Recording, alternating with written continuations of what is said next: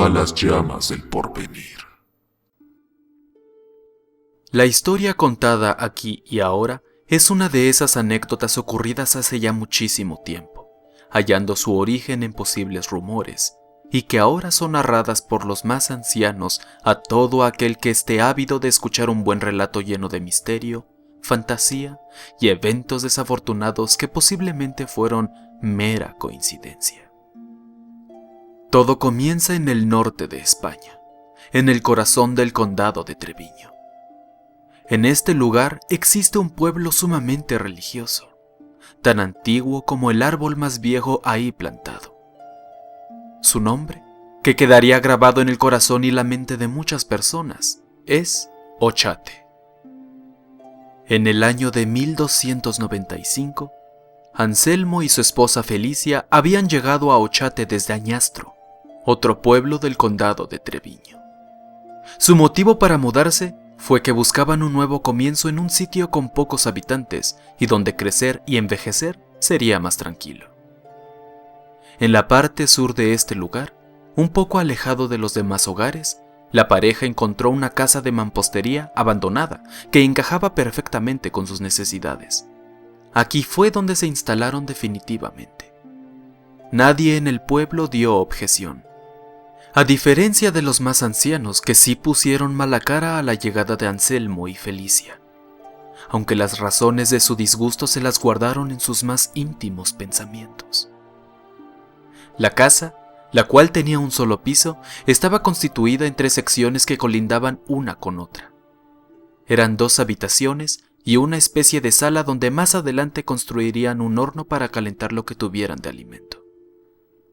La fachada de la casa resultaba ser de lo más desagradable, pues se veía claramente dañada por la acción del clima y parecía que se caería a pedazos en poco tiempo. Además, había rastros semiocultos en las paredes indicando que un tiempo atrás fue incendiada, y aquello podía explicar que haya sido abandonada. Cuando Anselmo y Felicia llegaron a su nuevo hogar, descubrieron con cierta extrañeza que solo existía la puerta de madera de la entrada, pero no había ni una sola ventana en ninguna parte, lo cual era un hecho bastante curioso, aunque no era un problema, pues Anselmo pronto abrió 4 agujeros a la casa, 2 en la sala, al lado de la puerta, y 1 en cada una de las habitaciones. Cabe recalcar que, al hacer esto, se dieron cuenta que una de las habitaciones tenía paredes más gruesas de lo normal, lo cual les dio la idea de que, cuando tuvieran un hijo, lo pondrían ahí para resguardarlo del frío. Antes de cumplir un mes ahí, ya estaban amueblando su nuevo hogar. Mesas, sillas, estantes y camas hechas de lana. Todo lo construyeron con sus propias manos y esfuerzo. En los tiempos venideros se ganaron el corazón de todos los habitantes de Ochate, incluso de los más ancianos que al inicio se sintieron incómodos con su aparición. Hubo en especial una señora ya muy mayor de nombre Amelia que se convirtió rápidamente en una gran amiga de la familia. Y curiosamente, resultó ser su vecina. Les enseñó los lugares donde podían adquirir alimento, les contó un poco de la historia de cada familia y les habló de su posición con respecto a otros pueblos del condado de Treviño. Esta señora terminó siendo su guía por el pueblo. Un año después de su llegada, y como seguramente lo tenían planeado, la pareja concibió un hijo de rasgos bastante comunes que se fueron acentuando al cabo de los primeros 3 años. De tez blanca, cabello suave de color castaño y unos ojos dulces y grandes del mismo color. Rasgos finos y delicados del rostro y un lunar en la frente nada habitual. El nombre que decidieron para él fue Oriol. Y ahora, con el chiquillo en su vida, Anselmo y Felicia llevaron una vida tranquila, feliz y llena de alegrías. Los padres, desde que llegaron, se habían acomodado en una de las habitaciones, y al nacer su pequeño, lo metían con ellos en la misma cama para que el frío de las noches fuera mitigado por el calor de sus cuerpos. Con el pasar de los años, Oriol se comenzaba a relacionar con la gente de Ochate, pero particularmente con los chicos de su edad. Hizo grandes amistades que pronto se volverían casi sus hermanos. Corrían por los campos, escalaban los montes, buscaban insectos en los árboles, Jugaban a ser los caballeros de tierras distantes de las historias que les contaban sus abuelos y un sinfín de actividades más. Cuando Oriol cumplió los 8 años, sus padres le dijeron que ya era muy grande para quedarse en la misma cama con ellos, así que le construyeron una más pequeña para él y lo mandaron a dormir a la habitación contigua, la que había permanecido vacía. Anselmo y Felicia ya no se preocupaban por el clima helado de las noches, pues, como habían notado años antes, ese cuarto tenía paredes especialmente gruesas.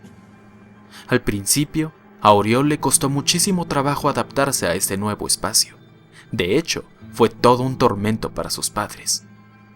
Durante muchas noches, Oriol despertaba gritando con un pánico poco normal. El niño decía tener pesadillas extrañas. Una figura irreconocible ardiendo en llamas en medio de una turba enardecida, una sombra con forma humana que se cernía sobre él, y, a veces, el chico soñaba que estaba cruzando el pueblo en un día gris, y la gente lo miraba con desprecio y profundo odio. Fue difícil para Anselmo y Felicia batallar con estos problemas cada vez más recurrentes, y que perturbaban la vida tranquila que hasta hace poco llevaban. Fue una cálida tarde del otoño de 1304, cuando Oriol llegó corriendo a su casa muy agitado, pero con una sonrisa de oreja a oreja. «Escuchen», dijo el chiquillo más animado que nunca. «Mañana vendrá una caravana desde muy, muy lejos. Traerán artesanías, utensilios e inventos extraños. ¿Podemos ir a verlos cuando lleguen?» «¿Y tú cómo sabes eso, Oriol?», preguntó su padre. «Me lo dijo Casilda, papá. Es mi mejor amiga», respondió el pequeño. Y así sucedió. A la mañana siguiente, llegó un grupo de unas 10 personas provenientes del sur de la península ibérica. Tenían una tez más oscura que la de la gente de Ochate. Hablaban una lengua extraña entre ellos, pero se podían comunicar casi perfectamente con los habitantes del pueblo. Y efectivamente, traían objetos misteriosos que nunca se habían visto antes en esas zonas alejadas de España. Mucha gente hizo un trueque con aquellos nómadas por aquellos artilugios. Principalmente los obtenían a cambio de alimento. Una semana después, Oriol arribó a casa cuando el sol se ocultó y llegó con otra noticia igual de impactante, pero mucho menos alentadora. «Mamá, ¿puedo hablar contigo de algo?», preguntó Oriol con cierto nerviosismo en su voz. «Por supuesto, mi niño, ¿qué pasa?», dijo Felicia. «No quiero que le digas a padre», continuó el niño. «Pero Casilda me contó que el día de mañana mi padre tendría un accidente muy serio». La madre quedó pensativa unos segundos antes de continuar. El pueblo de Ochate era demasiado pequeño como para no recordar el nombre de alguien, y esta tal Casilda no figuraba en ninguno de sus recuerdos. «Hijo, ¿quién es Casilda?», preguntó Felicia con un tono ya más serio. «Ya te había dicho, mamá, es mi amiga». En ese momento, Oriol se dirigió a su habitación. En su infinita inocencia creyó que, con avisarle a su madre, evitaría el accidente de su padre. A la mañana siguiente, Anselmo salió de casa para caminar y tomar un poco de aire como lo hacía todos los días. El clima era fresco y el sol comenzaba a salir desde el horizonte, tocando su rostro con los primeros rayos del día. Comenzó a caminar hacia las afueras del pueblo, disfrutando del alba y sus vientos calmos. Caminó alrededor de 1 hora cuando vio no muy lejos una pequeña montaña escabrosa. El hombre se decidió a subir para poder admirar el paisaje desde una altura mayor. Comenzó a escalar, y a mitad del camino, una roca cedió ante el peso de su cuerpo. En ese momento, un efecto dominó se hizo presente. Anselmo cayó al suelo, fracturándose una pierna. El intenso dolor evitó que pudiera moverse y pocos segundos después, una leve avalancha de rocas firmes cayó sobre él, sepultándolo y dándole una muerte rápida e indolora. nunca más volvieron a ver al padre de Oriol. Felicia esperó por su marido por una semana entera. Lo buscó por todos lados, pero nunca lo encontró. Las palabras de su hijo resonaban en su mente día y noche. ¿Cómo era posible que su hijo supiera del destino de su esposo?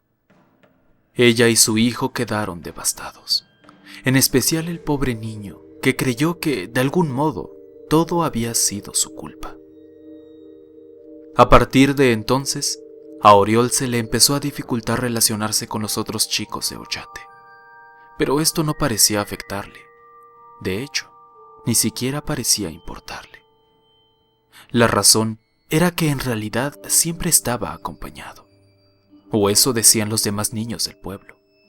Se comenzaba a correr un rumor entre los más pequeños que decía que Oriol tenía un amigo imaginario. Según los chicos, el joven de 8 años usualmente pasaba su tiempo alejado de los demás, platicando al aire, jugando y riendo con algo que no se podía ver.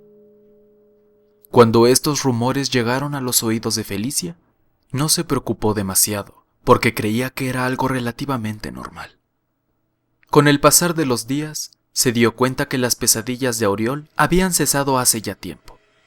Pero ahora, en cambio, cada noche, en la profunda oscuridad de su habitación, podía escuchar a su pequeño hijo platicar con alguien hasta quedarse dormido. De cierta manera, esta situación alarmó a la madre, no solo por la seguridad mental de su hijo, sino también por el simple hecho de que en Ochate la gente era sumamente religiosa y cualquier insinuación demoníaca, por mínima que fuera, era totalmente reprochable y severamente castigable. Transcurrieron varias noches de aquel acontecimiento, hasta que Felicia, estando en la sala, se decidió a platicar con Oriol de aquel amigo imaginario que charlaba con él todos los días. «Oriol, ¿puedes venir un momento?», dijo Felicia viendo fijamente a los ojos del niño. «Todas las noches te escucho hablar con alguien en tu habitación. ¿Es ese amigo imaginario del que todos hablan?». «No es amigo imaginario, mamá», replicó Oriol. «Es amiga imaginaria. Su nombre es Casilda. Ya te lo había dicho antes, ¿no lo recuerdas?». Un escalofrío recorrió la espalda de la mujer al escuchar las palabras de su pequeño. Quedó en silencio por varios segundos analizando la situación. Lo que le preocupaba no era la amiga imaginaria de Oriol, sino que la gente de Ochate se enterara de aquellos sucesos. El pueblo era inmensamente creyente, y podrían confundir estos acontecimientos de clarividencia, que posiblemente eran pura coincidencia, con algún acto de brujería. Sin embargo, ya era demasiado tarde para ocultarlo. Los otros niños del pueblo ya habían visto a Oriol numerosas veces platicando con una tal Casilda sobre sucesos que ocurrirían en el futuro, y la noticia había recorrido ya todos los oídos de Ochate. Una serie de golpes retumbaron en ese momento en la puerta de madera de su casa. Felicia se sobresaltó, se acercó lentamente y abrió la puerta. Como si hubiera llamado a la mala fortuna con sus pensamientos previos, se mortificó al ver que en la entrada de su humilde hogar estaba esperando a Froilán, el hijo de Basilio. Este señor era uno de los más ancianos y relativamente más ricos del pueblo. Lo consideraban el cacique de Ochate. Su hijo Froilán, de casi 30 años, se había ganado la misma reputación que su padre desde hace mucho tiempo, e indudablemente sería el sucesor y heredero de Basilio. Lamentablemente, su rasgo más predominante no era ni de lejos la amabilidad y la paciencia. De hecho, era todo lo contrario. Basilio y Froilán eran conocidos por ser hombres rectos y exigentes, amantes del orden, la paz y el dinero, y por supuesto, eran los encargados de proteger y organizar al pueblo. Desde el primer momento, Felicia supo que nada bueno vendría de la visita de Froilán. Por desgracia, sus presentimientos fueron acertados. Froilán irrumpió en la casa de la mujer y la empujó con una fuerza tal que la desequilibró y quedó tirada en el suelo. El hombre, ya curtido a su corta edad, Tomó a Oriol por el brazo y lo sacó a rastras de la casa, llevándoselo a quién sabe dónde. Felicia se levantó del suelo y fue tras él.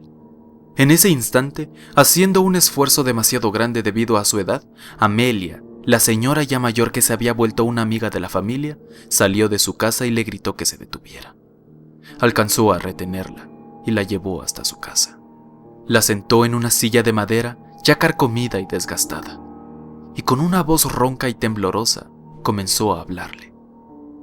Felicia, creo que esto ha llegado demasiado lejos y es momento de que sepas un par de cosas sobre la casa en la que vives. Nunca les dijimos nada a ti y a tu marido porque creíamos que después de tanto tiempo ya no habría peligro para el pueblo. ¿De qué estás hablando, Amelia? Déjame ir por mi hijo, suplicó Felicia. No te preocupes por él, no le harán daño. Lo único que quieren es preguntarle y platicarle algunas cosas, al igual que yo a ti, solo que ellos tienen unos modos más salvajes que yo. Escucha, cariño, sé que lo que estaré por contarte es algo extraño y difícil de creer, pero debes confiar en mí y en este pueblo. Es por tu bien. Hace 40 años había llegado a este pueblo una mujer de nombre Casilda. ¿Te suena, verdad? Bueno, pues esta joven construyó con ayuda de todos nosotros la casa que habitaría por tanto tiempo y en la que tú estás viviendo ahora. Casilda fue siempre muy querida por todos, hasta que comenzó a comportarse de manera extraña y atrajo malos ojos. Había días en que salía de su casa y corría por todo el pueblo gritando eventos que ocurrirían en el futuro. Algunos buenos y otros nada agradables. El problema era que estos eventos realmente pasaban. Nunca supimos si ella era una especie de bruja clarividente o si de algún modo era obra suya que los desafortunados sucesos ocurrieran. El miedo que provocó en nosotros fue caótico. Temíamos que un día saliera gritando como loca, aullando sus malos presagios a cada uno de nosotros. Este terror que nos inculcó nos orilló a confrontarla. Platicamos con ella y tratamos de solucionarlo de la manera más civilizada posible, pero fue inútil. Se volvió una mujer sombría y todos le temíamos. Parecía que era poseída cada vez que salía de casa para contarnos sus augurios de mala muerte. Se retorcía y chillaba como un demonio. Era algo que no podíamos soportar más. Basilio nos reunió a todos para acabar con el problema desde la raíz. Se habían acabado las pláticas decentes. Era hora de callarla a la fuerza. Al ocultarse el sol, casi todo el pueblo se conglomeró afuera del hogar de Casilda con antorchas y gritos de odio. Basilio, que lideraba a la multitud, abrió la puerta a patadas y entró con sus 3 hermanos que traían cargando piedras y material de construcción. Se encontró con Casilda en medio de la sala. Estaba de pie y serena. Supongo que ella sabía lo que ocurriría con ella aquella noche. El hombre que en aquellos tiempos era fuerte y alto le dio un golpe en la cara a la joven que cayó desmayada al suelo. Ciertamente Basilio era una persona amante de la paz, pero era cruel y totalmente capaz de llegar a cualquier cosa con tal de mantener el orden. Ya tenía un castigo en mente para Casilda y déjame decirte que fue una condena sumamente atroz. Basilio derribó una parte del muro de una de las habitaciones de la casa. Tomó a Casilda, la ató de pies y manos y la arrojó en ese espacio en la pared. Fue en ese momento cuando la joven despertó. La gente que seguía afuera de la casa solo podía escuchar el llanto de Casilda, clamando por piedad. Basilio y sus hermanos construyeron en un par de horas la nueva pared que encerraría a la mujer. Casilda se había cansado de llorar, de intentar escapar, de pedir ayuda. Ahora solo sollozaba mientras veía a sus verdugos por última vez. Lo último que llegó a decir fue: la oscuridad devorará a este pueblo. Gracias a esas últimas palabras, Basilio no se detuvo con su acto inhumano e hizo una última jugada. Quemó la casa con Casilda en su interior. A través de todo Ochate se pudieron escuchar sus alaridos de miedo y dolor, hasta que finalmente cesó, y el pueblo entró en un luto silencioso. Nadie dijo nada aquella noche. Por dentro estábamos contentos porque creíamos que el mal había acabado, pero estoy segura que también teníamos un ligero sentimiento de culpa y pena. La verdad es que después de esa fatídica noche pudimos vivir tranquilos, y nunca se volvió a hablar del tema. Sin embargo, 40 años después, cuando llegaron tú y Anselmo a Ochate y se instalaron en esa misma casa, no dijimos nada porque no queríamos alarmarlos. Y además, con el paso de los años nos dimos cuenta que posiblemente nada malo ocurriría con su estadía ahí. Pero tal parece que nos hemos equivocado, y ahora Basilio está furioso. Tiene miedo, al igual que nosotros. Y ten por seguro que hará lo que sea para mantener a Casilda fuera de nuestras vidas, cueste lo que cueste. Felicia no podía creer la terrible historia que le estaba contando la anciana. No sabía qué pensar. Pasó por su atormentada mente la idea de cambiarse de casa, incluso de irse de Ochate y regresar a Añastro. Se quedó sentada en la silla varios minutos, imaginando, lamentándose, reflexionando tantas cosas. Por otro lado, Froilán llevaba del brazo al pobre Oriol hasta la casa de su padre Basilio. En la entrada estaba aquel señor ya demacrado, pero con una vitalidad que solo él podía tener. Una sonrisa falsa se le marcó en el rostro al ver a su hijo trayendo al niño que tantos rumores había levantado. Basilio cargó a Oriol y lo llevó dentro de la casa. Lo sentó en una silla y comenzó a platicar con él. «Hola, Oriol», dijo Basilio con una mirada cansada pero penetrante. «Lamento que mi hijo Froilán sea tan salvaje, pero no te preocupes, no te haremos nada. Solo queremos platicar contigo un poco, ¿de acuerdo?» A Oriol se le asomaban unas lágrimas en los ojos, pero no lloró por el miedo que tenía en su interior. «Escucha, pequeño, nos han llegado rumores de que hablas con una señora llamada Casilda, ¿verdad?», preguntó acompañado de una sonrisa forzada. El niño simplemente asintió. «Mira, Oriol, en este pueblo, hace muchísimos años, tuvimos un problema con una tal Casilda, pues acostumbraba a contar cosas horribles que ocurrirían en el futuro, y por acciones de brujería terminaban sucediendo. Así que entre todos terminamos deshaciéndonos de ella. Es claro que su maldad y hechicería aún no terminan, y decidió presentarse ante ti como una amiga imaginaria, para poder contarte sus acontecimientos que ocurrirán en el futuro y que terminarán siendo reales.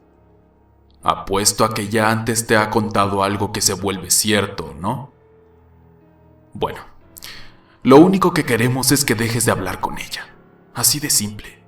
Ignórala, evítala, no la pienses. No queremos problemas contigo ni con tu mami. Solo deseamos un poco de paz aquí. ¿Entendido?» Oriol se quedó callado unos momentos. Era un chico muy valiente y defendería todo lo que ama. Se levantó de la silla, le plantó cara a Basilio y le dijo con un tono alto: «Casilda no es mala. Hace unos días me contó lo malvado que es usted y que por eso la muerte destruirá a este pueblo dentro de varios años. Dice que todo es culpa suya, señor». Basilio no dudó en darle una bofetada a Oriol en ese momento. El chico cayó al suelo, soltando un par de lágrimas. «Froilán, saca a este malcriado de aquí», dijo el anciano con voz firme. Froilán tomó al niño y lo arrastró hasta la entrada de la casa. Lo arrojó a la calle y cerró la puerta de un golpe. Oriol se levantó y se fue corriendo a su hogar. El día se nubló. volviendo al cielo gris y sombrío. Mucha gente había escuchado los gritos y solo observaban a Oriol con desprecio y mala cara, mientras éste corría dejando tras de sí un camino de lágrimas. Felicia salió de la casa de Amelia y buscó a su hijo. En medio del pueblo se encontraron los dos, y entre un llanto amargo se abrazaron, y Oriol le dijo a su madre: «Mamá, Casilda dice que nos vayamos del pueblo, o algo horrible nos ocurrirá». Felicia estaba aterrada por todo lo que estaba ocurriendo, pero ya había suficientes pruebas como para saber que si Casilda lo decía, iba a ocurrir. Aquella misma noche, Basilio llegó a la casa de Felicia acompañado de sus hermanos y algunos hijos. Todos traían antorchas, ardían con un fulgor especial, parecían imbuidas con el mismo odio y miedo de Basilio. Sin dudarlo, prendieron fuego al humilde hogar de Felicia, que comenzó a arder en llamas danzantes y que iluminó al cruel pueblo de Ochate. Pero Felicia y su hijo Oriol ya estaban lejos, en camino a un sitio en el que pudieran estar a salvo. Nunca más se les volvió a ver. Basilio y sus parientes salieron de Ochate a la mañana siguiente, sabiendo que la bruja Casilda haría algo horrible con la gente del lugar en los años venideros. Cuando la gente vio la reacción de su cacique ante las desventuras que se avecinaban, tomaron la misma decisión y salieron del pueblo tranquilamente, sabiendo que este sitio ya no era seguro. En pocos días, Ochate quedó totalmente abandonado, en medio de un paraje que quedaría grabado en los recuerdos de muchas personas. Sin embargo, en el año de 1522, Ochate fue repoblado por los nietos de los habitantes originales. Ellos ya no creían en las supersticiones y leyendas de sus antepasados. Estas nuevas generaciones habían olvidado a Casilda y por lo tanto ya no le temían. Lamentablemente, casi 3 siglos después, en 1860, 1864 y 1870, una serie de terribles epidemias arrasaron al pequeño pueblo de Ochate, aniquilando toda vida ahí. Si Casilda solamente predecía lo que pasaría en el futuro, o si era obra suya lo acontecido, nunca nadie lo supo. Pero lo que sí es seguro, y quedó constatado numerosas veces, es que lo que ella decía, al final pasaba. La historia contada aquí y ahora fue una de esas anécdotas ocurridas hace ya muchísimo tiempo, hallando su origen en hechos reales, y que ahora son narradas por los más ancianos a todo aquel que esté ávido de escuchar un buen relato lleno de misterio, fantasía y eventos desafortunados que nunca nadie sabrá si fueron mera coincidencia.